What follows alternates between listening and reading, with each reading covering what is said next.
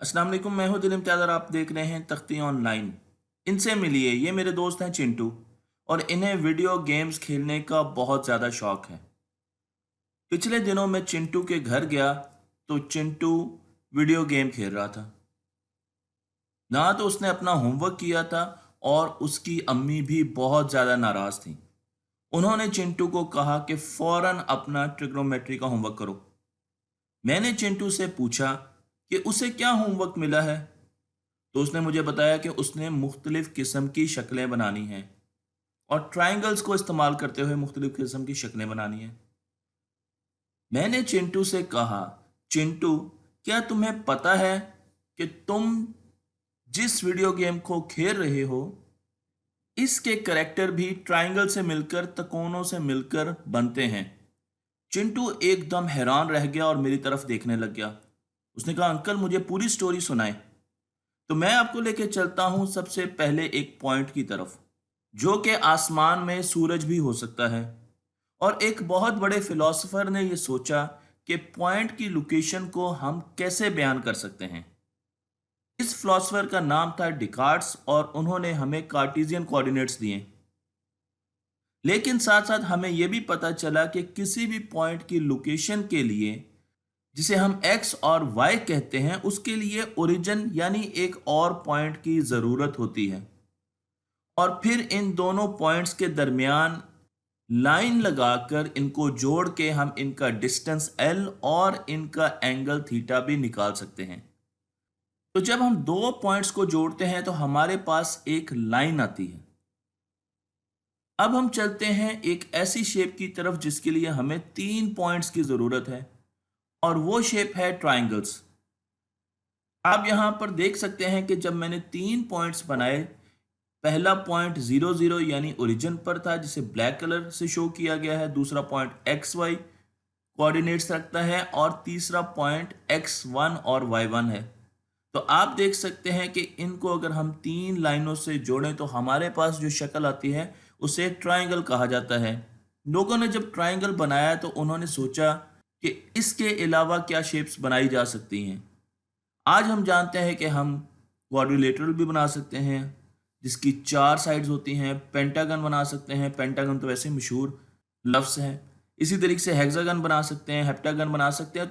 तो हम मुख्तलिफ शेप्स बना सकते हैं और आप देखें कि जब भी हम एक शेप से दूसरी शेप की तरफ जाते हैं तो एक लाइन ऐड हो जाती है।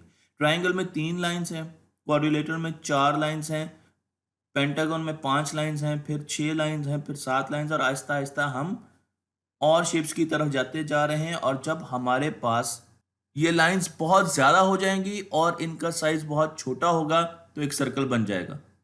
इन तमाम ड्राइंग्स को, इन तमाम शेप्स को हम पॉलीगॉन कहते हैं।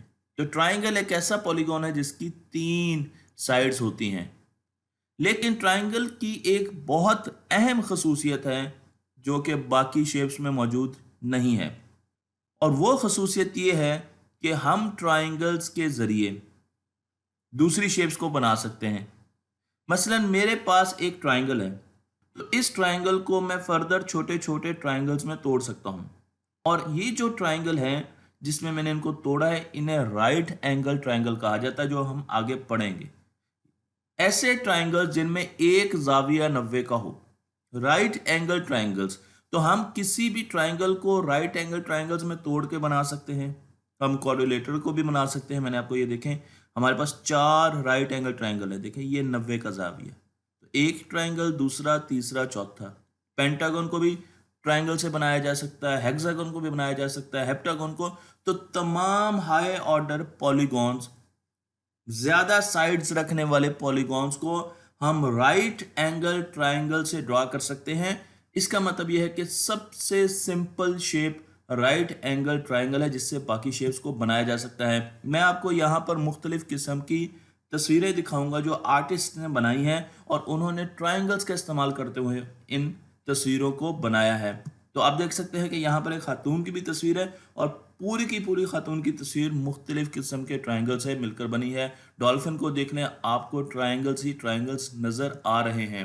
इस बच्चे की तस्वीर को देखें तो यहाँ पर भी आपको छोटे छोटे ट्राइंगल्स नज़र आ रहे हैं और हमने इन ट्राइंगल्स की मदद से इन तस्वीरों को बनाया है। सोचने वाली बात यह है कि क्या ट्रायंगल्स को रिप्रेजेंट किया जा सकता है? बिल्कुल किया जा सकता है। किस चीज़ से किसी भी ट्रायंगल को रिप्रेजेंट किया जा सकता है? पहले लोगों का ख्याल था कि उसके कॉर्नर से हम, मसलन एक ट्रायंगल की बात करनी है तो हम कहेंगे उसका एक कॉर्नर है x1 y1, दूसरा है x2 y2, x3 y3। लेकिन कॉर्नर के साथ ट्रायंगल्स को रिप्रेजेंट करने में बहुत से प्रॉब्लम आना शुरू हो गए। तो इंसानों ने सोचा कि हम ट्रायंगल को उसकी साइड से रिप्रेजेंट करते हैं। ये एक तरीका है जिससे हम ट्रायंगल्स को रिप्रेजेंट करते हैं। हम उनकी साइड्स को देखते हैं, क्या वो बराबर हैं, क्या वो मुख्तलिफ है, और उनकी बेसिस पर हमने ट्रायंगल्स को मुख्तलिफ नाम दिए हैं जो हम डिस्कस करेंगे। इसी तरीके से हमने ट्रायंगल्स को एंगल्स की बुनियाद पर भी क्लासीफाई करना शुरू कर दिया। हमने देखना शुरू कर दिया कि उनमें किस किस्म के एंगल्स हैं दो साइड्स के बीच में, और उनकी बेसिस पर भी हमने उनका नाम रखना शुरू कर दिया। तो मैं आपको मुख्तलिफ किस्म के ट्रायंगल्स दिखाता हूँ। पहला ट्रायंगल है इक्विलेटरल ट्रायंगल, जिसमें तीनों एंगल्स बराबर होते हैं। और दूसरा ट्रायंगल है एक्यूट ट्रायंगल, और इसमें तीनों साइड्स, तीनों एंगल्स, साइड्स नहीं एंगल्स 90 से छोटे होते हैं। तीसरा ट्रायंगल राइट एंगल ट्रायंगल, जो कि बहुत अहम है और जिसे हमने बहुत ज़्यादा डिस्कस करना है। इसमें एक कम से कम एंगल 90 का होता है, जो रेड कलर से हमने शो किया है एक डब्बे की मदद से। तो ये जो एंगल है इन दोनों साइड्स के बीच में, ये 90 का है, 90 का है।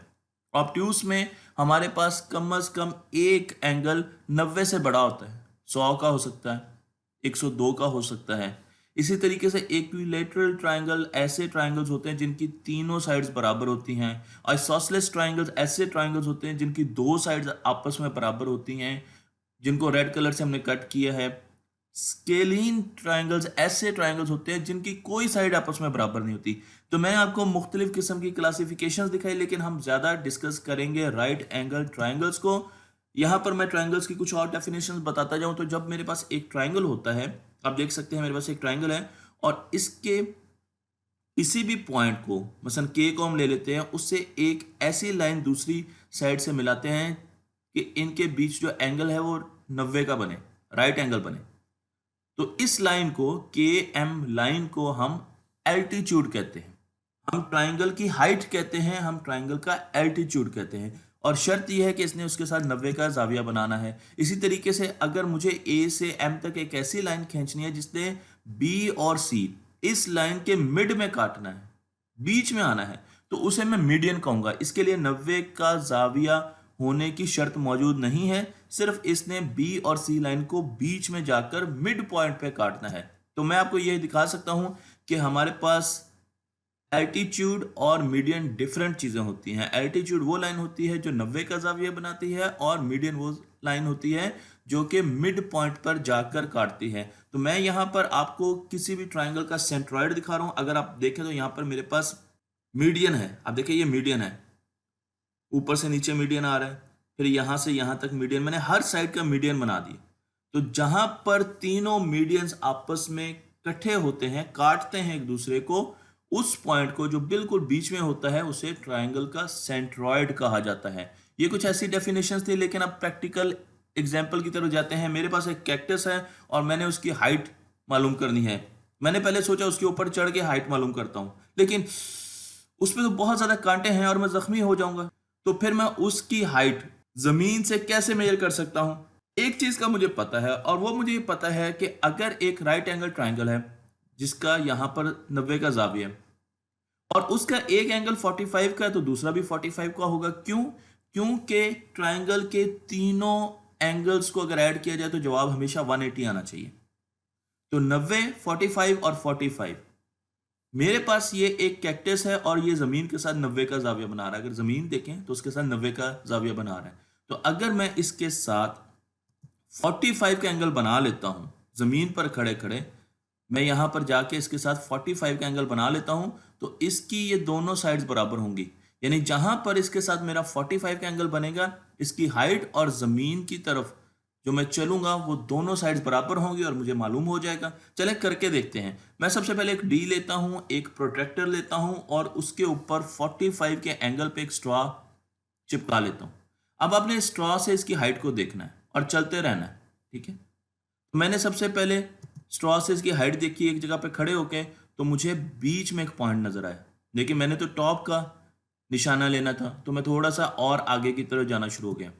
मुझे अब उसका ऊपर वाला हिस्सा नजर आना शुरू हो गया, मैं और आगे की तरफ जाना शुरू हो गया। और यहां पर जब मैं पहुंचा तो मुझे कैक्टस की बिल्कुल टॉप नजर आना शुरू हो गई और मेरे पास ये एंगल 45 का है। तो अब मुझे ये पता है कि मैं एक ट्राइंगल बना सकता हूं और वो ट्राइंगल होगा ऐसा।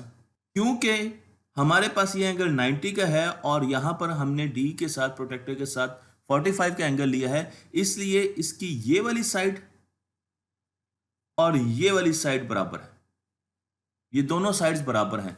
तो मुझे पता है कि मैंने कितना डिस्टेंस कवर किया, उतनी ही कैक्टस की हाइट है। तो मैं बड़े आराम से जमीन पर चलते चलते एक छोटे से आले के जरिए कैक्टस की हाइट मालूम कर सकता हूं, ट्रिग्नोमेट्री या ट्राइंगल्स की मदद से। इसी तरीके से हम कंस्ट्रक्शन में ट्राइंगल्स का बहुत ज़्यादा इस्तेमाल करते हैं, क्योंकि जब भी हम ट्राइंगल पर कोई फोर्स लगाते हैं तो इसकी शेप ऐसी होती है कि वो फोर्स इसके हिंजेस की तरफ, इसके कॉर्नर्स की तरफ ट्रेवल कर जाती है और उसकी वजह से ट्राइंगल अनस्टेबल नहीं होता। लेकिन अगर मैं फोर्स स्क्वायर पर लगाऊं, अगर मैंने कोई चीज स्क्वायर से बनाई हुई है तो स्क्वायर फौरन राइट और लेफ्ट की तरफ मूव कर जाता है, डी शेप हो जाता है। इसलिए हम अपनी कंस्ट्रक्शन में ट्राइंगल्स का इस्तेमाल करते हैं। इसी तरीके से ट्राइंगल्स की अगर एक शेप बनाई हुई है हमने और उसको मैं ऊपर से फोर्स देता हूं तो वो फोर्स भी आहिस्ता आहिस्ता नीचे और साइड्स की तरफ ट्रेवल करेगी। और ऐसा हमें बताया है साइंस ने, जब मुख्तलिफ किस्म के एक्सपेरिमेंट्स किए जाते हैं। लेकिन अगर वही फोर्स मैं एक स्क्वायर के ऊपर अप्लाई करूं तो स्क्वायर अपनी शक्ल बदल लेता है और इसीलिए ट्राइंगल्स का इस्तेमाल करते हैं हम मुख्तलिफ किस्म के पुलों में, ब्रिजेस में, स्टेडियम्स में, कंस्ट्रक्शन में। और इस शेप को कहा जाता है ट्रस। आर्किटेक्चर की जुबान में ट्रस का लफ्ज बहुत ज़्यादा अहम है, क्योंकि आपको बड़ी ऐसी ब्रिजेस नजर आएंगी जो कि ट्रस से यानी ट्राइंगल्स से बनी हुई होंगी और उस ट्राइंगल की वजह से इस स्ट्रक्चर को स्ट्रेंथ मिलती है। स्टेडियम्स में देखें तो आपको मुख्तलिफ जगह पर ट्राइंगल्स की बनी हुई चीज़ें नजर आएंगी, छतें नजर आएंगी। और जब भी आपने कभी ट्राइंगल से बनी हुई कोई स्टील का स्ट्रक्चर देखना है तो आपने ये समझ लेना है कि ये ट्रस है और इसकी वजह मैं आपको बता चुका हूं। अब आते हैं वीडियो गेम्स की तरफ। वीडियो गेम्स को पहले छोटे छोटे डब्बों में तकसीम किया जाता था और उन्हें पिक्सल्स कहा जाता था और पिक्सल्स को सामने रखते हुए वीडियो गेम्स को बनाया जाता था और रेंडर किया जाता था। आपका सवाल होगा रेंडर क्या होता है, तो मैं आपको बता देता हूं कि वीडियो गेम का जब भी कोड लिखा जाता है तो उसको एक प्रोसेस से गुजारा जाता है जिससे उसके आउटपुट, ग्राफिक आउटपुट आती है और उस प्रोसेस को रेंडरिंग कहा जाता है। जिस तरह प्रोग्राम को कंपाइल किया जाता है इसी तरीके से ग्राफिक्स को रेंडर किया जाता है और उसकी आउटपुट 2D ग्राफिक्स भी हो सकते हैं और 3D ग्राफिक्स भी हो सकते हैं। और आजकल जदीद वीडियो गेम्स में हम टेसिलेशन करते हैं और टेसिलेशन की वजह से हमें 3D इफेक्ट मिलता है वीडियो गेम्स में। गोया कि हमारी स्क्रीन 2D होती है लेकिन हमें इफेक्ट 3D मिलता है। और मैं आपको यहाँ पर टेसिलेशन दिखाता हूँ। आप इस स्क्वायर को देखें, यहाँ पर टेसिलेशन नहीं की गई तो आप देखें आउटपुट आपको कैसे मिल रही है। लेकिन अगर यही इमेज मैं एक ऐसे डब्बे में डालूं जो कि फ्लैट टेसिलेशन करे, उसे ट्राइंगल्स में काट दे, ट्राइंगल्स में ले आए, अब देखें ये छोटे छोटे ट्राइंगल्स हैं, तो आपको कुछ बेहतर शेप मिलेगी। अब अगर ट्राइंगल्स को मैं और ज़्यादा इंप्रूव करूं तो आप देखें अब आपको एजेस और ज़्यादा स्मूथ मिलेंगी, आपको 3D इफेक्ट और ज़्यादा मिलेगा। और इस प्रोसेस को हम टेसिलेशन कहते हैं, जिसमें हम किसी भी बेसिक शेप को छोटे छोटे ट्राइंगल्स में उसके पीसीस करते हैं, फाइन पीसीस करते हैं और उसके बाद उसकी रेंडरिंग की जाती है। तो जब हम टेसिलेशन नहीं करते तो आप देखें कि लेफ्ट साइड पे आपको 3D इफेक्ट नहीं मिल रहे। लेकिन जैसे ही वीडियो गेम की टेसिलेशन की जाती है तो आपको लगता है कि वीडियो गेम रियलिटी के ज्यादा करीब आ गई है और उसमें 3D इफेक्ट आना शुरू हो गया है। अब यहां पर देखिए टेसिलेशन ऑफ है, इस जगह को आपने देखना है, ये वाली जगह को। और जैसे मैंने टेसिलेशन की तो आप देखिए कि आपको और ज्यादा इंफॉर्मेशन इस पॉइंट पर, इस जगह पर मिलने शुरू हो गई ग्राफिक्स की। और जब मैंने टेसिलेशन को हाई किया तो आप देखें कि अब आपको और ज्यादा 3D इफेक्ट भी मिलना शुरू हो गया और ज्यादा इंफॉर्मेशन आपके पास आना शुरू हो गई। बिल्कुल टेसिलेशन की मैं आपको मुख्तलिफ एग्जांपल्स दे रहा हूं और किस तरीके से हमारी वीडियो गेम्स में 3Ds बनाई जाती हैं और उनके पीछे काम कर रहे होते हैं ट्राइंगल्स। तो बेटा चिंटू, अब आपको समझ आई कि ट्राइंगल्स कैसे हमारी जिंदगी का एक बहुत बड़ा हिस्सा है और हम जगह जगह पर ट्राइंगल्स का इस्तेमाल करते हैं। लेकिन ये क्या, चिंटू तो गायब हो गया। मैंने मुड़ के देखा तो चिंटू शायद अपना होमवर्क कर रहा था, लेकिन जब पास जाके देखा तो चिंटू ट्राइंगल्स की मदद से एक परिंदे को बना रहा था। तख्तियां ऑनलाइन को लाइक कीजिए, शेयर कीजिए और इस इल्म को दूसरों में बांटिए।